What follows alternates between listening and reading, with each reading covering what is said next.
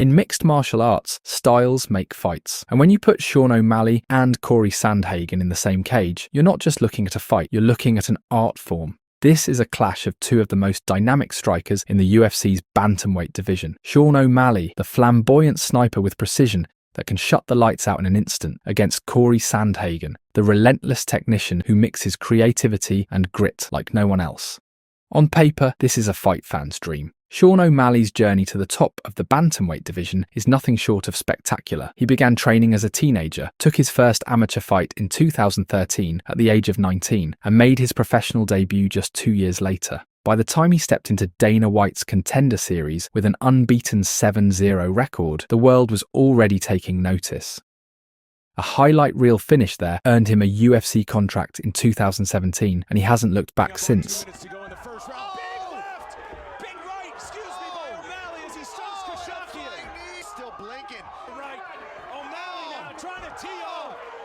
Continues to take blows from O'Malley. Oh, that's it! That is it! O'Malley! O'Malley! O'Malley's style is built around his ability to keep opponents guessing. At 5'11", with an 183 centimetre reach, he's able to maintain distance while setting traps with his feints, movement, and lightning-quick strikes. His ability to mix precision with power has led to some of the most viral knockouts in UFC history. Just ask Aljamain Sterling.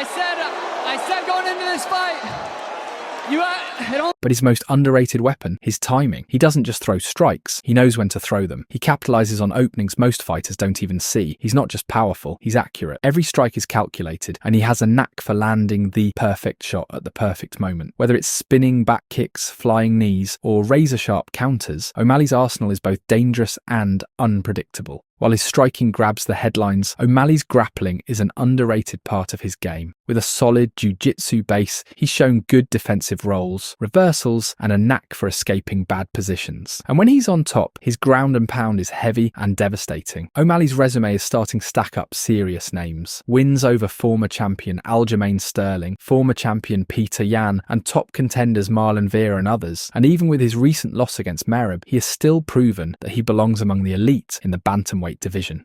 Then you've got Cory Sandhagen. If O'Malley is the sniper, Sandhagen is the Swiss Army knife. His style is unpredictable, blending high-level footwork, cardio, and an array of strikes from every angle. From flying knees to spinning elbows, Sandhagen's offense is as dangerous as it is unconventional. Cory began training MMA at just 16 years old. Cory Sandhagen has been sharpening his tools for over half his life. He took his first amateur fight in 2012 at the age of 20 and made his professional debut in 2015. By 2018, with a 7-1 record, his skills caught the attention of the UFC, and the rest is history. At 5'11", with a 70-inch reach and a 40-inch leg reach, Sandhagen is one of the tallest and rangiest fighters in the bantamweight division. At 32 years old, he's in his physical prime, and his switch stance style allows him to attack from angles most fighters can't anticipate. Sandhagen's game is built on a high-level kickboxing base, but what makes him special is how well he layers his attacks. He's stingy with mistakes, using clean striking to target the head, body, and legs seamlessly. His jab is a key tool, not just to measure distance, but to disrupt opponents and set up his bigger shots. His head kicks, body kicks, and even his leg kicks are thrown with purpose and precision. Add to that his movement, which is fast, fluid, and constantly forcing his opponents to adjust. But he's not just a kicker. His boxing combinations are effective, often serving to set up those devastating kicks. Sandhagen is a fighter who thrives in all striking ranges. In recent years, Sandhagen's wrestling has started to catch up with his striking. He's added well-timed single and double-leg takedowns to his arsenal, blending them perfectly with his striking. It's the kind of evolution you want to see in a fighter aiming to be a champion. He's not just shooting takedowns for show, he uses them to mix up his offense and keep opponents guessing. His ability to switch between striking and grappling makes him incredibly tough to prepare for.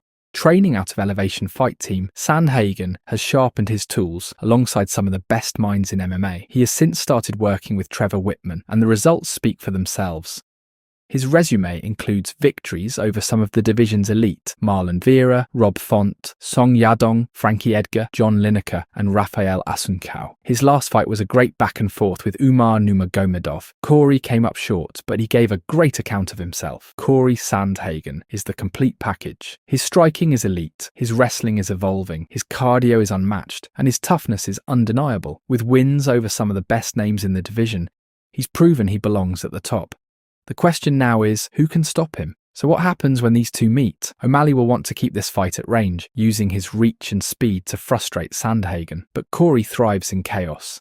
If he can close the distance and turn this into a high-volume war, the fight might swing in his favour. This isn't just an intriguing fight, it's a potential classic. Two of the most innovative strikers in the sport, each with the tools to exploit the other's weaknesses. Will O'Malley's precision and power be enough to stop the relentless pressure of Sandhagen? Or will Cory's unpredictability and gas tank be too much for Sugar Sean to handle? Let me know in the comments. Who do you think takes it? Sean O'Malley or Cory Sandhagen? Either way, one thing is for sure. When these two meet, we're in for something special. Hey, let's be real. O'Malley has no business fighting Marab for an immediate rematch. He got beat up in the first fight. He's going to get beat up in the second fight. No one wants to see that fight. I'm not booked yet. I want to fight. I am so damn bored. I'll even give this fool as much time as he wants, the way that Aljamain gave him as much time as he wants. Just UFC. Make the fight that the fans want to see, which is me and O'Malley. Make it happen soon. I'm so fucking bored.